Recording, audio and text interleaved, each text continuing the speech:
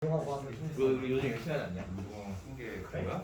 아니 오늘 너무 빡세게. 기정하게 너 어제 일찍 결정했어. 자, 숨쉬기 65페이지에 나와 있는 중생대. 중생대 같은 경우에는 우선 기후가 이렇다라고 하는 것을 우선 잠깐 봐주시고, 특징이 뭐가 있냐면 이제 판기하가 이때부터 분리가 되기 시작해요. 그러면 판기하가 분리가 된다라고 하게 되면 이렇게 뭉쳐있던 대륙이 이제 각자 이제 흩어지고 있다라는 얘기지. 그러면 흩어지게 된다고 하면 대륙 중간중간 이렇게 갈라지기 시작합니다. 이렇게. 그러면 그 중간으로 바닷물이 들어와가지고 이제 대륙이 분리된 것처럼 보이더라라는 얘기죠. 근데 여기서 우리가 어떤 걸 좀 봐야 되는 거냐면 이렇게 갈라진다라고 하는 것은 대륙이 이동한다라는 의미만 있는 것이 아니라 여기를 따라가지고 해령이 발생하고 있다라고 볼 수가 있는 것이지. 그래서 해령이 이렇게 고생대 말까지는 판기하를 만드는 과정에서는 이제 어떤 수렴형 전개가 주된 거였다라고 보면 중생대 들어가면서부터는 판이 분리가 되면서 발산형 전개가 좀 더 많이 발생하고 있는 것들인데 그중에서 이 해령과 같은 애들이 많이 발생한다라고 하는 것은 해저에서 화산이 많이 분출한다 이렇게 볼 수가 있는 겁니다. 해저 화산이 많이 분출할수록 지구 내부에서 또 어떤 성분들이 계속 바닷속으로 공급되었다라는 얘기인데 그렇게 된다고 하면 염류량이 늘어난 거기 때문에 결과적으로 염분값이 증가를 하더라 이렇게 볼 수가 있는 것이죠. 그래서 고생대 때보다는 중생대 들어오면서 이제 해저 화산에 분출되는 그 횟수가 많아지다 보니까 염분이 늘어난다, 더 짠 바다 되더라 이렇게 볼 수가 있는 겁니다. 자, 그 다음에 중생대 생물 그래서 암모나이트 아까 얘기했던 것이고 공룡 파충류 뭐 이런 것들 시조새가 등장하였다라고 하는 것들. 시조새는 아마 본 적이 없을 수도 있는데 거기 지금 사진 나왔네요. 시조 그 조상을 말하고 있는 것이지 새의 조상 시조 새. 그래서 얘 같은 경우를 보게 되면 실제 크기는 그 우리가 보면 닭 있지 그 닭만합니다. 닭만한데 되게 불편한 자세로 죽었어요. 이렇게 목을 뒤로 꺾어가지고 이거를 이렇게 꺾어서 이렇게 죽었습니다. 그래가지고 얘 같은 경우에는 파충류하고 조류의 중간 단계 화석이다라고 보고 있는데 왜 그런 거냐면 내 이 그림 그릴 때마다 정말 짜증나 죽겠는데 그냥 그런가 보고 그냥 보세요. 요렇게 있어요.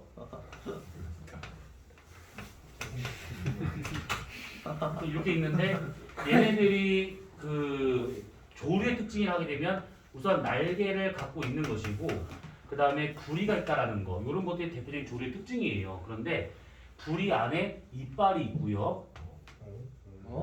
그러니까 닭 모이를 주는데 닭이 막 이렇게 쪼아먹자고 막 뭔가 으슥 막 씹어 먹어. 뭔가 좀 이상하겠죠. 그래서 부리 안에 이빨이 있는 상태고 보통 새들은 뒤에 이게 깃털이 박혀 있잖아요. 이렇게. 그런데 얘는 꼬리가 달려서 이런 식으로. 그래서 꼬리 뼈가 있어가지고 그 중간중간에 깃털이 이렇게 박혀 있는 이런 상태예요. 그래서 이렇게 파충류와 조류의 특징 두 가지 갖고 있다. 그래서 이것을 시조새라고 얘기하고 있는 것이죠. 중간 단계 화석이라 하는데 저 그림 그릴 때마다 하나씩 속으로 다들 그러겠지? 저게 무슨 그림이야? 이러겠는데 이 친구가 못생겼대요. 응? 못생겼다고? 이 친구가 못생겼대요.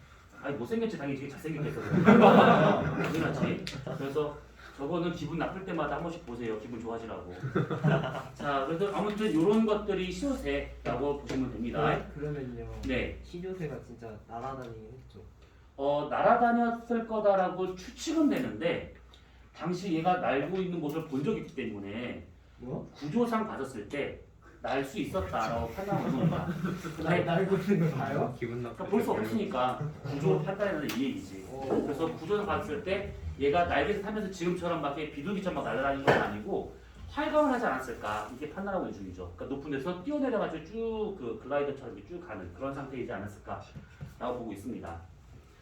자, 아무튼 뭐 이런 것들이 대표적인 시조새라고 보고 있는 것이고 이것도 약간 그 주장이라는 얘기가 좀 있었는데 지금은 이제 거의 없죠. 그리고 이런 게 나오면 꼭 중국에서 사실 걔가 진짜 이해를 할 수가 없는 나라야 진짜. 일본만큼 이 진짜 신기한 게 일본은 싸가지가 없고 꼴통인 건 알겠지만 대화는 가능한데 중국은 이건 무슨 대화가 안 통해. 완전 미개한 민족이 진짜 이거. 그 뉴스 봤냐 니네? 그 한복 입고 나온 거? 아, 네, 나 봤어요. 거기다 얘네 뭐 하자는 진짜. 한번 입고 났다.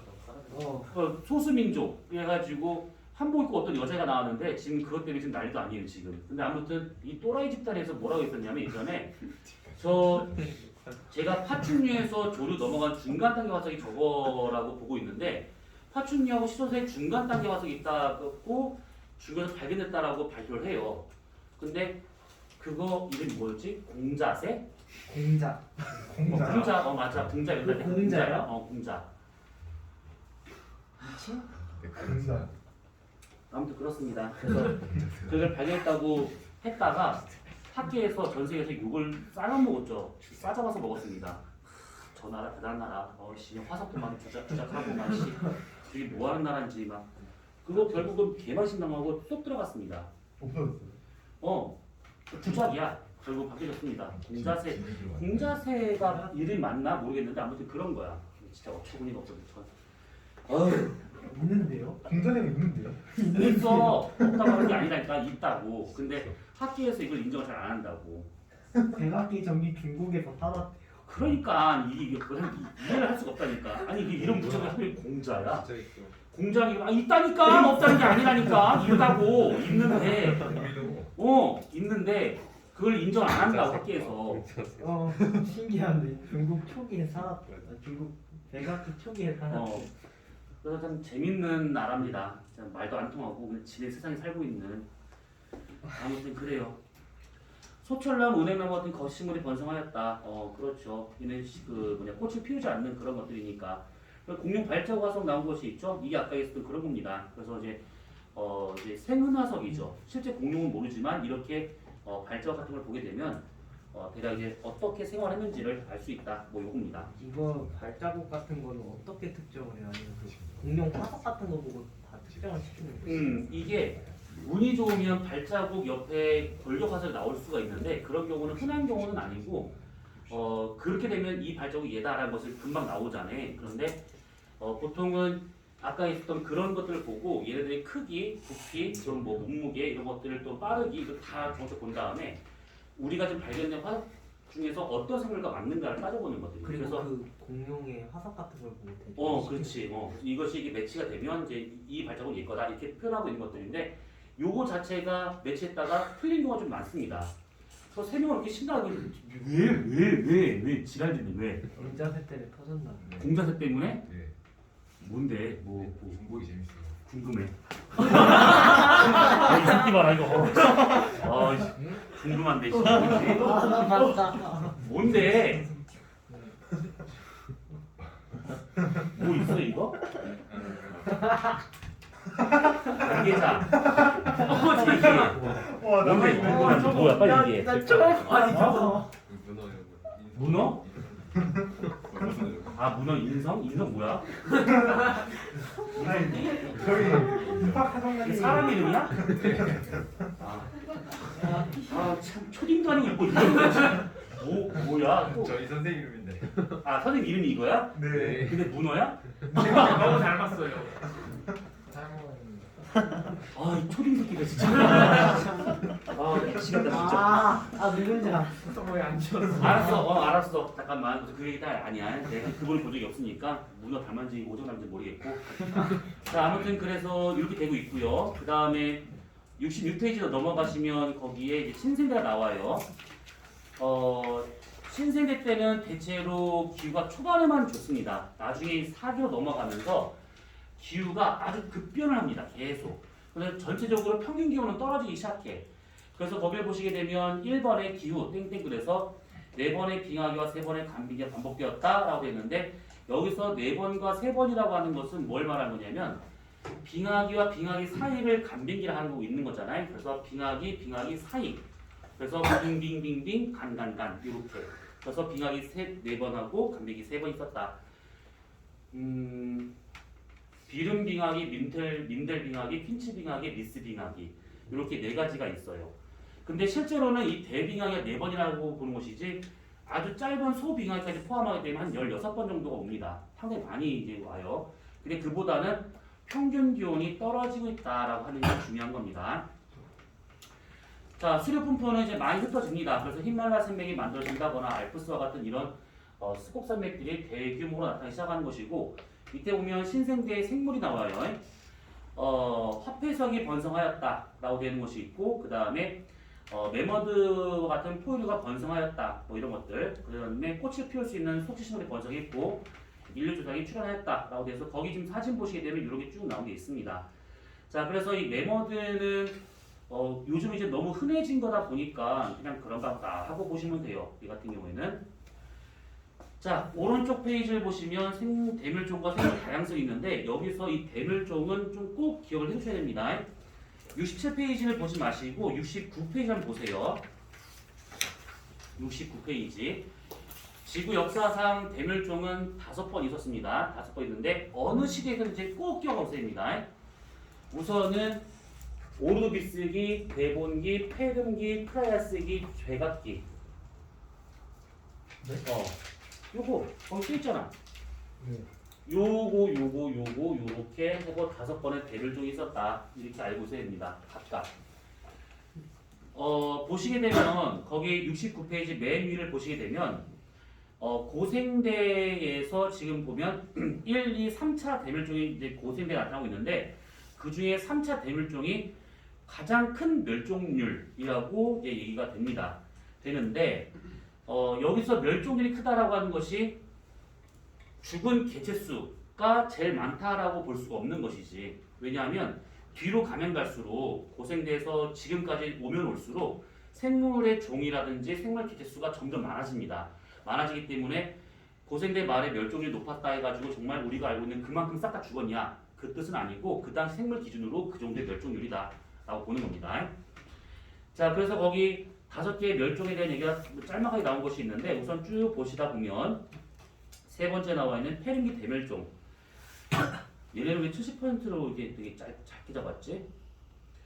70%라고 하는 것은 육상생물의 70%, 해양생물은 대부분, 그러니까 90에서 95% 다 죽어버려요. 그래서 한걸 멸종을 했고 몇 명만 살아남아서 그 다음 시대로 넘어가고 있다라는 뜻입니다. 요 당시에 그 멸종 원인을 아직 다 정확히 밝혀낸 건 아닌데, 화산 분출 때문이다라고 지금 예상을 하고 있습니다. 그러니까 뭐냐면 이렇게 판기아가 만들어지게 되면 생물들한테는 상당히 안 좋은 환경이 돼버려요. 왜냐하면 요 가운데는 사막이 만들어지기 때문에 생물이 다 안 살아요. 그래서 보통 여기 요 가장자리에 많이 몰려 삽니다. 여기 해양 생물들도 먼 바다에 사는 것보다는 육지 근처 햇볕 따뜻하게 들어오는 연안에서 주로 살게 되는 것이죠. 그래서 육상이나 해양이나 다 요 근처에서 많이 살아요.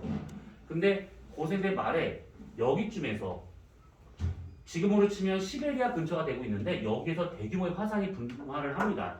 그래서 여기 근처에 있는 1차적으로 생물을 1차적으로 다 죽여버리게 되는 것이고, 시간이 좀 더 지나고 나서 여기서 분화했었던 화산재나 이런 것들이 대기권을 막아버려요. 그러면 해양 곡세먼지가 못 들어와. 그러면 기온이 떨어져. 그리고 광합성을 못해. 광합성을 못하면 식물이 죽어. 얘를 먹던 애들도 먹을 게 없으니까 죽어. 얘를 잡아먹던 애들도 없으니까 죽어. 그래서 화산 분화 때문에 그 뒤에 연쇄적으로 계속 생물 멸종을 이어졌다라고 보고 있는 겁니다. 얘네들은. 그래서 이 당시에 죽었던 애들이 꽤 많았죠. 그 당시 생물 입장에서 본다 치면. 그리고 4차 대멸종이나 5차 대멸종과 같은 경우에서는 이제 5차 대멸종이 공룡 대멸종이라고 많이 알고 있는 그겁니다. 그래서 이 멸종은 뭐 여러 가지 학설이 존재했었는데, 지금은 운석 충돌로 다 끝났죠. 모든 게 다 이제 정리가 된 상황입니다. 왜냐하면 증거가 발견됐기 때문에. 공룡 대멸종과 같은 경우에는 이 운석이 충돌을 해서 멸종을 했다라고 보는데, 그 중에 하나가 뭐냐면 증거가 크레이터가 발견이 돼요. 운석이 떨어진 자리가 발견이 되는데, 그 크레이터가 지상에 있었으면 쉽게 발견됐겠지만 이게 바다 속에 있었다 보니까 찾지를 못했었습니다. 근데 이게 어디냐면 그 북미하고 남미 사이에 그 멕시코 있잖아요. 그 멕시코의 유카탄이라고 하는 요 조그맣게 톡 튀어나온 그 반도가 하나 있는데 유카탄 반도 앞에 심해에서 이게 발견됩니다. 그래서 대서양 근처에서 얘가 떨어져가지고 대서양 주변 일대를 초토화시켜 버리죠. 그 다음에 운석에만 있는 원소가 있습니다. 지각에는 거의 없고 운석에만 존재하고 있는 원소 중에 이리듐이라고 하는 것이 있습니다.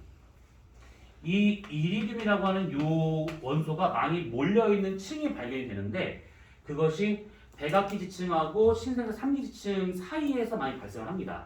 그러면 백악기, 이리듐, 그 다음에 정리하고 그 다음에 신생사 3기 지층 이렇게 쌓였다라고 볼 수 있는 것이죠. 그래서 크레이터가 발견됐을 당시만 하더라도 그 정도까지는 아니다 라고 했었는데 이리듐이 발견이 되면서 확실하게 운석 충돌에 의한 거다라고 정리가 된 상황입니다. 그래서 이제 멸종에 대한 원인이야 좀 다양할 수 있긴 하겠지만 고생대 말의 멸종은 화산 분화 때문에 그 다음에 중생대 말은 운석 충돌 때문에 이렇게 얘기를 하고 있습니다. 저 당시 떨어진 운석의 크기는 뭐 약간의 차이는 있긴 하겠지만 직경 한 10km 정도 되고 있는 이런 운석이다라고 봐요. 보통 10km라고 그러면 한 도시의 한 구, 그러니까 뭐 이게 있잖아. 저기 뭐지? 여기 어디지? 부천이지? 여기 어딘지 모르겠다. 부천이지? 부천에 무슨 구가 있지? 원미구 뭐 이런 식의 구 있잖아요. 그 구 정도 되는 사이즈라고 보시면 돼요. 그게 되게 떨어진 겁니다. 근데 지구에서 보면 10km면 아무것도 아닌 것이거든. 그냥 먼지 묻은 거거든. 근데 그런 거라도 이제 생물 멸종으로 이어질 수 있다라는 겁니다. 내가 대학 다닐 때 이 공룡 대멸종에 대한 여러 가지 가설을 보던 것 중에서 제일 인상 깊은 거, 제일 황당했던 거. 근데 뭔가 약간 설득이 돼. 기분 나쁘게. 그런 게 뭐가 있었냐면 공룡이 너무 커서 죽었다라는 학설이 있었어요. 근데 이게 맞아. 뭐냐면 그래서 공룡이 너무 크니까 자신의 몸집을 유지하기 위해서 이제 차라리 짱구를 봐. 왜 그러는 거야 진짜 어지럽게. 너무 커가지고 하루에 먹어야 될 양이 너무 많은 거야. 근데 이 식물이 그 먹는 속도를 못 따라가. 새싹만 나오면 뜯어먹고 새싹만 나오면 뜯어먹고 하니까 얘가 나중에는 먹을 게 없어지는 것이지. 그래서 비만 때문에 죽었다. 이게 농담 삼아서 얘기하면 다이어트 못해 죽었다. 뭐 이렇게 되는 것이 있고 또 하나 뭐냐면 이런 것도 있었습니다. 이 브라키오아 같은 경우 이렇게 해가지고 엄청 크잖아요. 몸 부러졌다. 비슷해. 비슷해. 자, 그래서 이렇게 있는데 얘 실제 공룡이 이게 여기서 한 20m 좀 됩니다. 그런데 이것이 뇌가 크진 않지. 공룡이 실제 뇌는 호두알 만합니다. 요만해요. 몸집은 겁나 큰데 이만해요. 그냥 무생물이다라고 보시면 돼요. 그러니까 이게 있는데 여기가 이렇게 있는데 뇌가 있는데 이거는 몸집이 크니까 먹을 게 많겠지. 그래서 소형 육식 공룡들이 덤벼서 달을 뜯어 먹으면 죽어요. 그냥 쿵 하면 그냥 이게 쫙 펴지는 거잖아요. 그래서 여기를 잡아먹지 못하고 보통 여기를 많이 먹는데 여기도 이렇게 휙휙 하면 쳐맞을 수 있으니까 조심해야겠지. 근데 여기 한 3-4마리 달려들어서 막 뜯어 먹어요. 그럼 막 뜯어 먹어. 아프다. 아파. 꼬리 치워. 꼬리를 치워야 돼. 근데 꼬리가 벌써 없어요. 이 상태야. 그러니까 너무 길어가지고 이게 반사신경이 좀 느리게 작용하지 않았을까라는 얘기도 있었습니다. 나도 이것 때문에 그때 대학 2학년 3학년 때 엄청 웃었었는데 교수가 이걸 되게 진지하게 교수가 나이 많으신 교수가 이걸 되게 진지하게 얘기하시는데 와 나 지금 웃는 데지만 창이라고 해 진짜 막 뭐지 그 다음에 그랬습니다. 그래서 저렇게 해가지고 큰 육식 공룡들이 버티지 못하고 죽었다. 그러니까 저게 뜯어먹혀 죽은 것이라기보다는 감염에 의해서 죽었다. 이렇게 얘기를 많이 합니다. 먹는 양도 많고 감염도 잘 되고 그래서 쉽게 죽었다. 이렇게 표현하는데 이거에 비하면 약간 웃기긴 하지만 저것도 약간 그치? 뭔가 기분 나쁘게 생각되지? 됩니다. 근데 요즘은 이게 증거가 있으니까 전 증거가 없잖아. 이걸로 좀 정리가 된 겁니다. 자, 그래서 저런 것들이 과연 공룡 멸종의 큰 원인이었을까? 물론 하나의 뭐 지역적인 원인이 될 수 있긴 하겠지만 주된 원인은 요놈이었다라고 봐야 될 겁니다. 먹을 게 없으면 운석이 충돌하면 화산 분출보다는 더 위험한 것이 운석이 빵 터지면 주변 일대 지각 변동이 대규모로 갑자기 일어나게 돼요. 그러면 화산이 빵빵 터지면서 아까 얘기한 이것보다 더 크게 생태에 큰 변화를 줄 수 있더라라고 보는 것이죠. 자, 그러면 그 생물계 멸종과 같은 경우는 이렇게만 보도록 합시다. 그래서 68, 69페이지 나와 있는 것이 요거는 좀 잘 봐둬야 될 것 중에 하나입니다. 이게 지금 앞에 했었던 내용들을 완전히 요약을 한 거고 보충되고 있는 거기 때문에 이 부분을 잘 보셔야 돼요. 특히 68페이지에 나와 있는 표 있지, 이거는 까먹으면 안 돼요. 요거는 꼭 그래서 이연, 대기, 세, 절 5가지를 구분하는데 절 같은 경우는 대학원에서도 잘 안 쓰는 거니까 이연, 대기, 세 이렇게 구분하더라. 그리고 이연은 누대로 요즘은 많이 표현하더라. 이렇게 보시면 되는 겁니다. 표에 나와 있는 기까지 여러분들이 좀 기억을 잘 해두셔야 됩니다. 기까지. 신생대는 고 제3기, 신제 3기게 되는데 신생대 앞에 있는 시대를 3기, 전 3기, 후 3기 이렇게 표현하기도 하는데 아무튼 묶어서 그냥 3기 이렇게 얘기도 합니다. 그럼 여기서 질문이 나올 만한 것이 3기, 4기인데 1, 2기는 어디 있어요? 라는 말이 나와야 되는데 안 나와요. 그래서 이거 얘기할게요. 이게 예전에는 질서를 구분할 때 1기, 2기, 3기, 4기 이렇게 구분했었습니다. 그런데 시간이 지나면서 화석도 많이 발견이 되고 지침도 많이 발견되다 보니까 시대를 더 세분화할 필요가 있었습니다. 그래서 3, 4기를 묶어서 신생대로 표현을 하게 되고 1기를 고생대, 2기를 중생대 이런 식으로 나누게 되는 겁니다. 그래서 1기, 2기는 고생대, 중생대였는데 지금은 쓰지 않는 단어고 신생대는 3기, 4기를 아직까지 쓰고 있다 이렇게 보시면 되는 것들이에요. 생물의 변천이라고 되어 있는 표 안에를 얘기하는 중이에요. 그래서 생물의 변천을 보시게 되면 이렇게 쭉 있더라라는 겁니다. 누가 살다 돌아가시고 누가 언제가 살다 돌아가는지 쭉 봐주시면 되고 주요 화석을 잠깐 보세요. 주요 화석을 보시게 되면 다른 건 괜찮은데 고생대의 표준 화석을 보시면 필석, 갑주어, 푸줄리나가 이렇게 나오고 있어요. 삼엽충은 그냥 고생대 전체에 나타나고 있는 중이고 근데 여기서 문제를 잘 트는 게 뭐냐면 삼엽충과 필석은 같은 시대에 나올 수 있습니다. 삼엽충과 푸줄리나 같은 시대에 나올 수 있어요. 그런데 필석과 방추충은 같은 시대에 나올 수가 없습니다. 그래서 고생대를 구분했을 때 필석은 초기 화석이고 푸줄리나는 후기 화석이다 이렇게 구분해서 보셔야 됩니다. 같은 시대에 나오질 않아요. 같은 지층이 안 나옵니다. 자, 대멸종과 같은 경우는 아까 했었으니까 넘어가기로 하고요. 자, 그 다음에 뒤에 문제는 나중에 한번 풀어보시고요.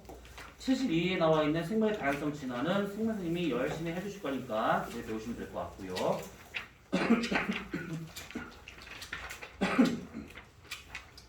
여기는 어디를 보느냐?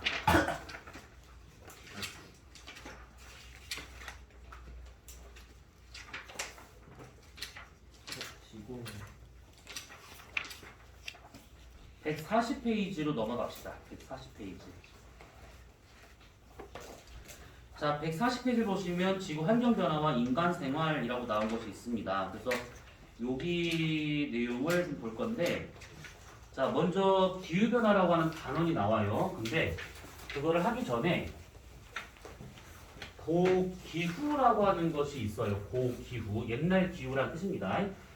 그 고기후와 같은 경우가 지금 거기에 알아낸 방법, 그래서 뭐 여러 가지 연구 방법이 나온 게 있는데 여기에서는 우리가 그래프 하나를 잠깐 좀 그려봐야 됩니다. 그래프 하나를 뭐냐면 지금 그리는 그래프는 이거 학교에서 주는 자료랑 다를 수도 있습니다. 왜냐하면 교재마다 좀 다 조금씩 달라요. 그러니까 학교에서 나오는 대로 여러분들 보시면 되는 겁니다. 요렇게 있어가지고 여기를 좀 시간으로 보고 지질 시대라고 보시면 돼요. 그래서 온도를 좀 비교 한번 해볼 것인데 얘네들이 그 선캄브리아 시대는 우선은 모르겠고 너무 오래전이다 보니까 남은 게 없고 그래서 고생대부터 보자면 고생대에는 얘가 초기에 순간적으로 확 올라간 적이 있었습니다. 쭉 올라가다가 중간에 한번 이것이 꿀렁 내려간 적이 있었고 훅이 한번 훅 내려가는 이런 식으로. 그래서 이렇게 나타나는 경우가 있고 우선 다 그린 다음에 얘기할게요. 그 다음에 중생대에 들어가서는 크게 기후가 없다가 신생대 들어오면서부터 갑자기 떨어지면서 꿀렁꿀렁해서 이렇게 갑니다. 자, 여기에서 여기를 이 원점을 우리가 현재 기온 현재 기온은 15도로 보고 있는 겁니다. 15도라는 이 말이 참 웃겨. 현재 평균 기온이 15도가 아니죠. 지금 17도 가까이 지금 갔습니다. 그러니까 아까 말했던 5차 대멸종에서 이제 6차 대멸종으로 들어가고 있다라고 좀 표현하고 있는 겁니다. 그래서 아무튼 이거는 50년 전, 100년 전 그때 평균 기온이고 15도를 기준 받았을 때 여기까지를 고생대, 여기서부터 여기 후기 이게 온도가 떨어지려고 하는 요 시대까지를 중생대, 그 다음이 신생대라고 이렇게 보시면 돼요. 자, 고생대 때는 전체적으로 지금의 평균 기온보다 대략 5에서 한 10도 정도가 높았던 시기라고 보고 있습니다. 대체로 받았을 때. 그러면 25도 따뜻한데요. 이게 1도만 올라가도 지구는 큰 변화가 생겨버려요. 지금 여러분들이 이제 앞으로 겪어야 될 그 세계가 이제 그런 일이 벌어질 것인데, 전 시대는 지금보다 10도가 높았기 때문에 생태계가 우리가 알고 있는 그런 생태계가 아니에요. 아무튼 엄청 뜨거웠습니다. 그러다가 이때 아까 있었던 그 화산 분출 때문에 순간적으로 이렇게 온도가 뚝 떨어진 시기가 한번 왔다라고 보는 겁니다. 다시 중생대 들어가면서 온도가 올라갔는데, 중생대에서도 마찬가지로 대략 한 5에서부터 한 10도 정도가 높았을 거다라고 예상을 해요. 근데 중생대의 기후 중에 특징이 뭐가 있냐면, 고생에는 중간중간에 빙하기라고 하는 것이 존재하는데 중생대는 빙하기가 없었습니다. 줄여서 빙기라고 그러죠. 빙기가 없었던 시기예요. 추웠던 시기가 별로 없었습니다. 그러다가 신생대 3기 넘어가고 4기로 가면서 전체적인 평균 기온이 떨어지더라 이 얘기죠. 요게 전체적인 지질시대 때 대략적인 온도 변화가 이렇게 나타나고 있다는 뜻입니다. 그리고 또 하나 더 그려보자면 요게 있습니다. 요렇게 해가지고 똑같이 여기를 시간으로 보고 여기를 현재 기온 평균 15도씨라 보고 얼마만큼 지금보다 높았고 지금 낮았는지 만년 동안의 기온 변화를 그려보자면 마지막 빙하기가 끝난 건 지금부터 약 만년 전입니다. 그래서 이렇게 있다가 그때부터 온도가 쭉 올라오다가 온도가 다시 떨어졌다가 다시 이렇게 올라가는 상태가 돼요. 자, 우선 이때가 언제냐면 약 만년 전. 이 만년 전에 지금의 온도보다 약 한 5도 정도가 떨어진 시기라고 보고 있습니다. 이거를 그때 뭐라고 얘기를 하냐면 이때가 마지막 빙하기였기 때문에 이것을 최종 빙기라고 얘기를 합니다.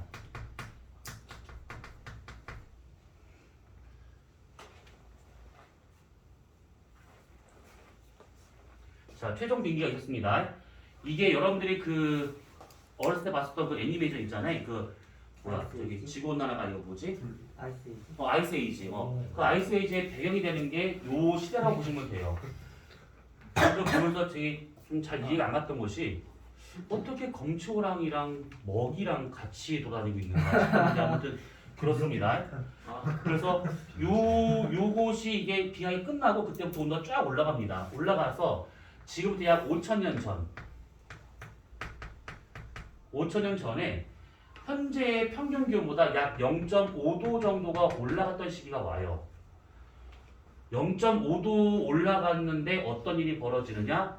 현재 이집트 나일강 유역은 사막이잖아 대부분이. 근데 그 당시에 그 지역은 사막이 아니었습니다. 그 강가에 살고 있는 파피루스라고 하는 이런 풀떼기가 많았었는데 지금도 좀 있긴 하지만 이 당시엔 더 많았었습니다. 전 세계적으로 식물이 살기가 딱 좋았었어. 그래서 이때를 기후 최적기라고 얘기합니다. 식물이 잘 살다 보니까 아무래도 동물도 잘 살 수 있었던 그런 기후적인 면에서 생태계가 아주 좋았던 그 시기가 5,000년 전. 그러다가 이때부터 해가지고 쭉쭉 온도가 떨어집니다. 떨어져가지고 요때를 언제다라고 특정 짓는 경우는 거의 없어요. 근데 보통은 1200년에서 1500년 그 사이다라고 얘기하는 경우도 있고 그 이유까지 보는 경우도 있는데 어쨌든 간에 그냥 지금부터 약 한 1000년 전이다라고 가정하면 될 것 같아요. 이때가 되면 현재 기온보다 대략 한 0.5도가 떨어지는 추운 한랭한 시기가 한번 옵니다. 0.5도, 5도 얘랑 비교하면 이게 떨어진 온도가 되게 민망하잖아요. 그래서 이것을 빙하기라 하지 않고 소빙하기 또는 소빙기라고 말해요. 소빙기가 오면 지구는 참 큰일이 납니다. 뭐냐면 아까 5도, 0.5도가 올라가서 식물이 잘 살았는데 반대로 5도가 떨어지게 된다고 하면 식물이 급감하기 시작해요. 그러면 먹이, 그치? 아, 먹이란다. 사람이 먹는 거 뭐라고? 식량이 이제 이때 급감을 하면서 좀 이게 힘든 상황이 될 수 있다는 얘기죠. 그래서 소빙기가 이때 오다가 현재에 도달을 한 겁니다. 그래서 전체적인 기후 패턴을 보게 되면 이렇게 되는 게 맞아요. 저걸 보게 되면. 근데 이제 앞으로 이것이 이렇게 올라갈 거다. 아니 이렇게 올라가지 않아요. 실제로는 온도가 여기서 이렇게 올라갈 거다라고 보는 게 이게 좀 지구 온난화죠.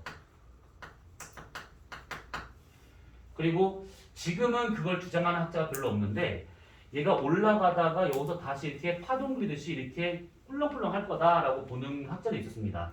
그러니까 이렇게 보는 학자들은 그 전 패턴을 받았을 때 그렇게 될 것이다라고 예상을 한 것인데 이걸 주장하는 학자는 없어요. 거의. 그리고 특이한 거는 온도가 급격히 올라가다 갑자기 어느 시점에서 갑자기 훅 떨어질 거다라고 보는 경우가 있었습니다. 이게 지구온난화. 지구가 더워지게 되면 급격히 기온이 올라가거나 급격히 떨어지거나 둘 중에 하나의 극단적인 현상이 벌어질 거다라고 지금은 보고 있는데 지금 현재 이 얘기를 하는 사람은 좀 예전에 비해 많이 줄어들었습니다. 요거를 지금 얘기하는 학자들은 되게 원론적인 얘기만 하고 있는데 뭐냐면 대양대순환 있죠. 전체의 바다가 심층순환과 표층순환이 연결되어 있는 것을 대양대순환이라고 하는 것인데 이거 자체가 이제 그 심층과 표층에서의 순환이 나타나게 되는데 이것이 끊어진 겁니다. 순환 자체가 끊어지거나 약화되거나. 근데 요것은 우리가 다음에 기회가 되면 할 것인데 이게 지구가 더워지면 이런 일이 벌어져요. 그래서 요거 자체가 약화가 되면서 에너지 순환이 잘 안 되다 보니까 저위도 지역을 제외한 나머지 우리나라를 포함한 고위도 지역은 급격히 온도가 떨어질 거다라고 보고 있는 겁니다. 에너지 수용이 원활하지 않기 때문에. 그래서 요거는 다음에 기회가 되면 하기로 하고. 그래서 이런 식의 그래프도 있더라라는 것인데 이 두 개 그래프는 학교에서 주는 자료에 따라서 다를 수가 있습니다. 매번 볼 때마다 그 학교만한 문제가 아니라 시중에 나오는 교재들도 다 조금씩 달라요. 그러니까 전체적인 개론만 알고 있으면 돼요.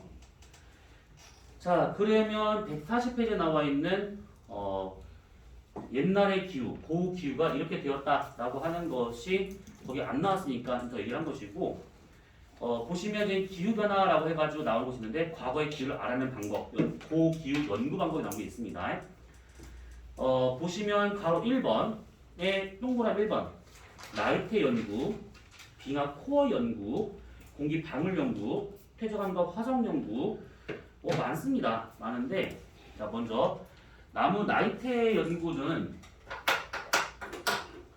나이테가 생성되면 잘 생각해 보시면 나무가 생장을 잘 하냐 못하냐 요걸 보는 겁니다. 날씨가 따뜻해야 생장을 많이 할 거고 추우면 생장을 많이 못하겠죠. 그래서 그 두께를 보고 밀도를 보고 판단하더라라는 겁니다. 그래서 거기 지금 동그라미 1번에 얘를 한번 보세요. 나이테 간격이 넓은 경우 온난 다습한 기후 그러니까 생장을 많이 했던 그런 시기였다라고 볼 수가 있는 것이죠. 간격이 좁다라고 하게 되면 이제 그 좀 추웠던 한랭한 시기 이렇게 볼 수 있는 것입니다. 그런 것도 있어요. 이거는 약간 좀 잡설인데 그 여러분들이 밀림이나 정글에 가서 길 잃을 일은 없을 것이니까 나도 그럴 일은 없을 것이고 근데 만약 길을 잃었다 그러면 보통 그루터기를 보면 나무 잘린 그 면을 보면 이런 나무 나이테가 나타나잖아요.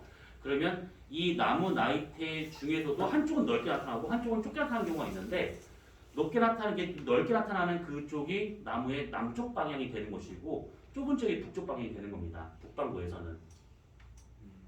그냥 그러려니 하세요. 네, 그런 게 있습니다. 정글에 들어갈 일은 없으니까. 그리고 이 나무 나이테 연구는 좀 오래전의 기후를 알기에는 힘들어요. 그래서 얘 같은 경우에는 보통 신생대라는 이 좀 한정적인 데서 알 수 있는 게 요놈이죠. 자, 그 다음에 2번, 3번을 같이 묶어서 볼 건데 빙하 코어 연구라고 하는 것이 있습니다. 뭐냐면 요렇게 우리가 지난주에 잠깐 이제 물 순환되는 얘기 했었는데 그걸 좀 잠깐 다시 한번 보자면 간빙기 때 물이 증발을 해요. 와요. 구름 만들어지고 비가 떨어지거나 해서 이렇게 다시 들어가는 것들이죠. 당연한 겁니다 이게. 근데 요 안에 들어있는 물 분자에서 산소는 동위원소죠. 16호로 되어 있거나 18호로 되어 있거나 이렇게. 그러면 여기에서 간빙기와 같이 따뜻한 시기가 되면 상관없습니다. 그냥 이걸로 되어 있는 물 분자든 이걸로 되어 있는 물 분자든 그냥 막 증발합니다. 증발해서 와서 빙하가 만약에 만들어졌다라고 보잖아요.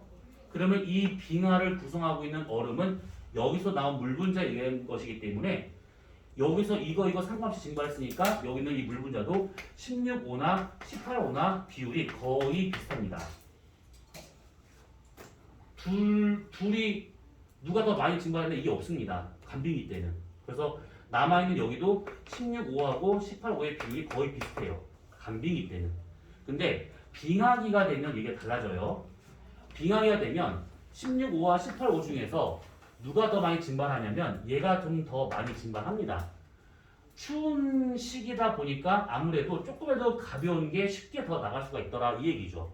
그러면 여기에서는 16과 18 중에서 16이 많이 나갔으니까 18의 비율이 높을 것이고 얘가 와서 여기서 쌓인 빙하와 같은 경우에는 16과 18 중에서 16이 많이 나왔으니까 16의 비율이 더 높을 겁니다. 이렇게. 이런 식으로 보면 되는데 여기서 문제는 어떻게 나오냐면 18분의 16가 또는 16분의 18가 이걸 물어봅니다. 보통은. 그래서 여기서 빙하에서 측정한 이 값이 누가 더 크냐 작냐 이걸 막 물어봐요. 그리고 한 가지 더 잘 봐야 할 것이 문제를 보다 보면 빙하 시추를 통해서 알아낸 것인지 해양 생물 화석에서 추출한 것인지에 따라서 이게 달라지는 것이 빙하는 16이 와서 이 비율로 만들어진 게 빙하고 해양 생물 화석과 같은 경우에는 감기 있어. 요것이 적고 요것이 많은 상태에서 남은 거기 때문에 얘 몸 안에는 얘가 더 많습니다. 빙하 안에는 얘가 더 많은 것이고. 그래서 문제에서 빙하를 말하는 것인지 해양 생물 화석을 말하는 것인지를 보면 답이 완전히 다 반대가 돼 버립니다. 그래서 그걸 잘 생각을 하면서 보셔야 됩니다. 그리고 이 빙하 시추라고 하는 것 자체가 실제 그 원통 드릴로 돌돌돌돌 돌려가지고 얘를 뽕 뽑으면 되는 겁니다. 그래서 실제로는 한 요만큼의 직경이 되고 있는 것이고 길이는 그냥 자기가 뚫는 만큼 되는 겁니다. 그래서 뭐 한 50cm 단위로 끊는 경우도 있고 1m 단위로 끊는 경우도 있습니다. 우리나라는 요거 그 세종과학기지에서 이제 갖고 오는 그 빙하 코어가 많은데 그게 지금 다 송도에서 지금 보관하고 있는 중이죠. 그래서 그거 안을 보시게 되면 이런 게 있습니다. 얘네들이 빙하가 이렇게 있잖아요. 이렇게 그러니까 코어를 이렇게 드릴로 뽑아내는 이런 식으로. 그러면 여기 중간중간에 공기방울이 잡혀 있어요. 이렇게요. 그러면 여기 안에 있는 공기방울의 성분을 보면 특히 어떤 성분을 보는 거냐면 온실기체의 양을 보면 당시 기온이 어땠는지가 대략 추정이 됩니다. 그래서 뭐 이산화탄소가 많네 적었네. 그럼 많았으면 더웠고 적었으면 추웠다. 이런 식으로 판단할 수 있는 것이고 또 하나는 뭐냐면 이 빙하 코어가 아주 매끈하게 나오는 얼음이 아니에요. 얘를 잘라서 이렇게 보잖아요. 그러면 줄무늬가 아주 많습니다.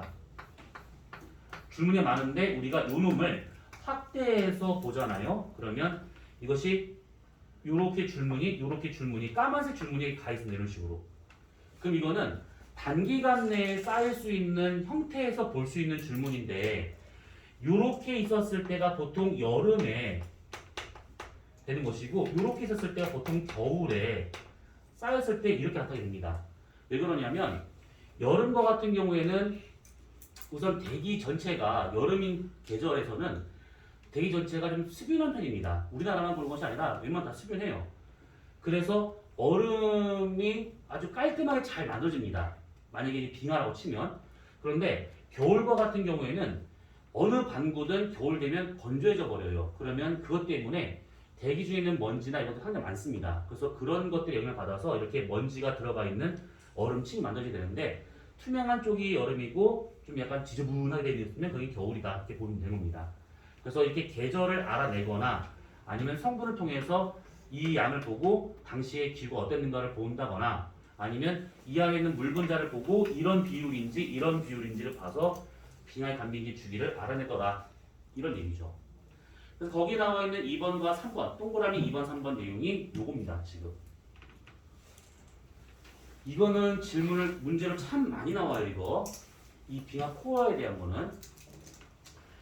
그 다음에 동그라미 4번에 퇴저감과 화성 연구라고 된 것이 있는데 퇴저감 뭐 그런 게 있잖아요. 암염이라든지 뭐 이런 이게 증발에 의해서 만들어지는 그런 암석들 증발이 잘 된다라고 하는 것은 언뜻 생각하기에는 간빙이처럼 따뜻한 시기일 거라고 오해하는데 사실은 그 증발이 잘 된다는 것은 대기가 건조하다는 뜻입니다. 대기가 건조하다라고 하게 되면 아무래도 그 빙하기 때가 상당히 건조한 상태가 돼버리고 간빙기가 되면 상대적으로 습도가 높은 상태가 돼버립니다. 이렇게. 그래서 어떤 암염층과 같이 그렇게 건조한 환경이 되었다. 온도가 높다는 뜻이 아니라 건조한 환경이 되었다. 라고 하면 장기적 입장에서는 빙하기 때 그런 일이 잘 벌어지더라라는 겁니다. 그러니까 퇴저감도 그런 걸 통해서 볼 수 있다는 얘기고 또 하나는 화석, 아까 말했었죠? 그 시상 화석처럼 환경을 알 수 있는 화석들 그런 거 같은 경우가 이제 당시 기후를 대략 추정하는데 쓰이더라 이런 얘기입니다. 지금 시간이 없는 관계로 더 얘기할 건 아닌데 아니 안 끝났어.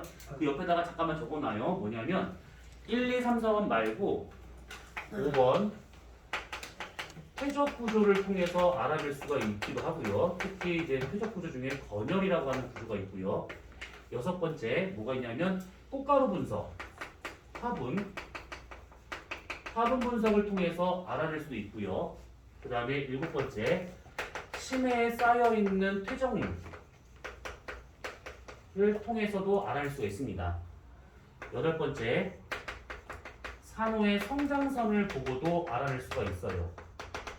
하려고 하면 그냥 많습니다. 연구 방법은. 근데 보통 교육과정상 얘기가 되는 것들이 이게 중구난방을 있다 보니까 요렇게까지 해서 거의 있는 것까지 해서 한 8개 정도로 우리가 요약할 수 있다. 요 얘기입니다. 요거는 다음 주에 오늘 안 되고 다음 주에 요걸 보도록 합시다. 산호 성장선.